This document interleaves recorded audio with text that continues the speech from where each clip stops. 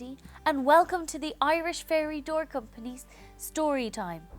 I'm Fairy Clodagh, and I'm very excited to read you this story today. I'm here with my fairy friends, Ali May, Jojo, Evie B, and Layla Bell, and they just can't wait to hear the story. So today, we're going to hear all about Miffy, the Orange Fairy.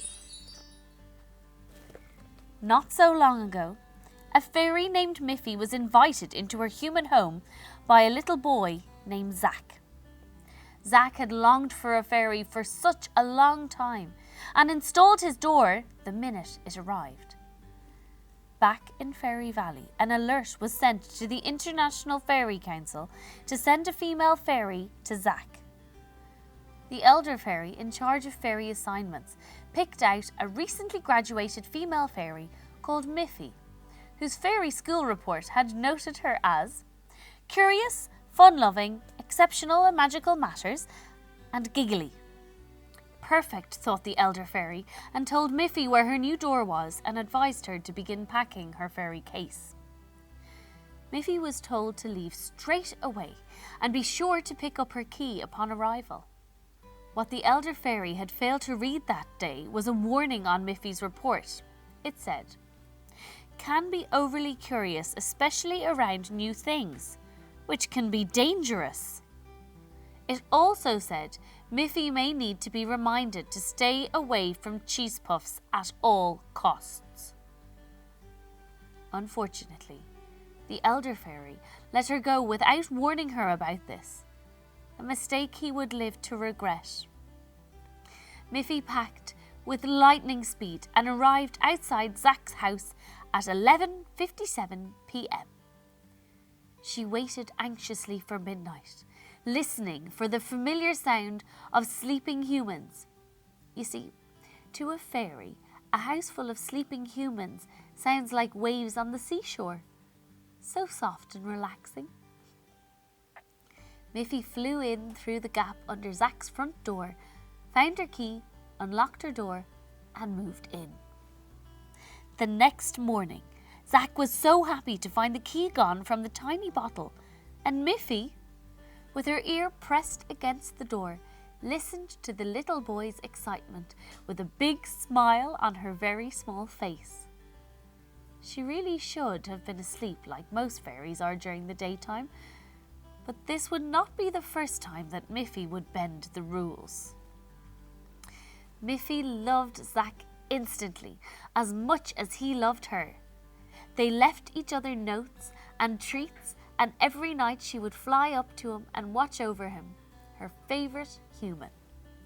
Many a time, Miffy had to blow away bad dream breezes that approached Zack while he slept, replacing them with happy dreams instead. For months, everything went just great, as Miffy abided by the fairy code of conduct.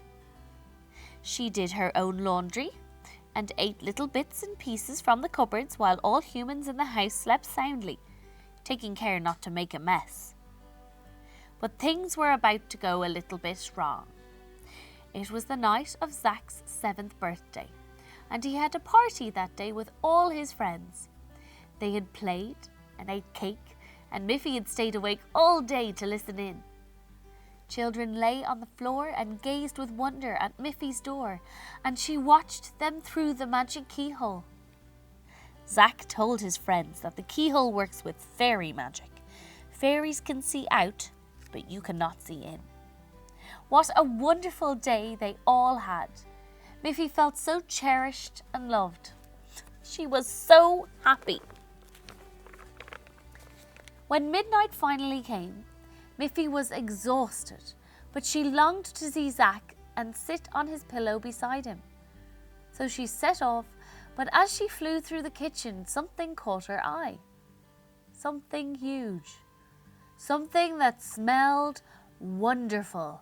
Something orange. Miffy flew down to the object and landed beside it. It was so big she couldn't even see over it. Zack's parents had cleaned up after his party, but had missed one thing with the sweeping brush, and that was, yes, you've guessed it, a cheese puff. Miffy was so exhausted, she did not stop to think of the danger that cheese puffs hold for fairies, and reached her tiny hand out to touch the orange object. A strange orange dust covered her hand, and it smelled so good.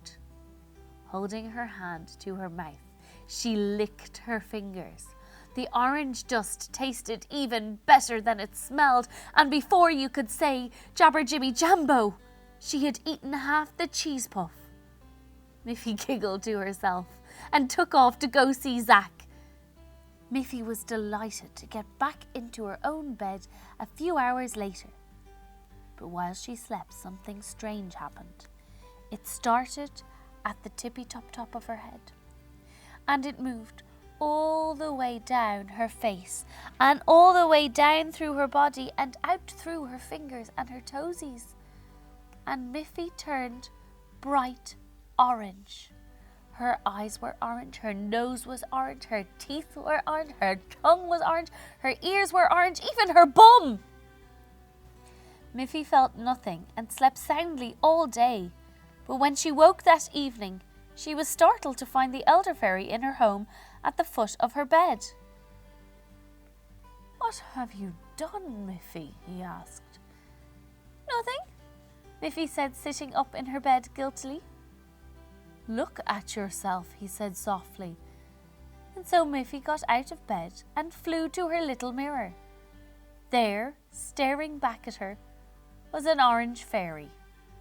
The fairy had the same hair as her, even the same face, and she was wearing her pajamas, but she was completely orange. She lifted her little hands to her face. "Oh no, what's happened to me?" Miffy began to cry orange tears.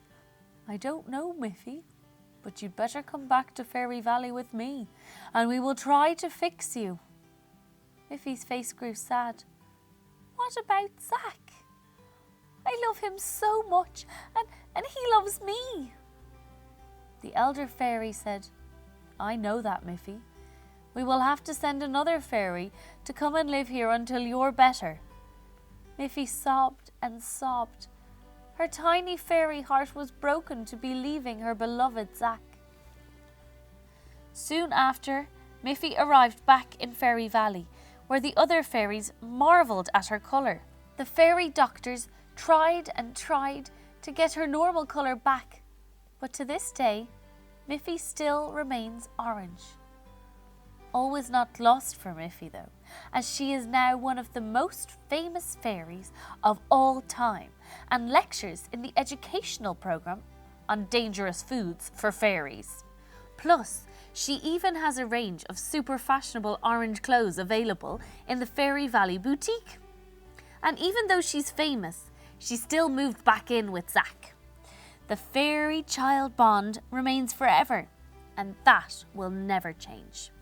So remember, never leave cheese puffs out for your fairy, or they might turn orange, just like Miffy.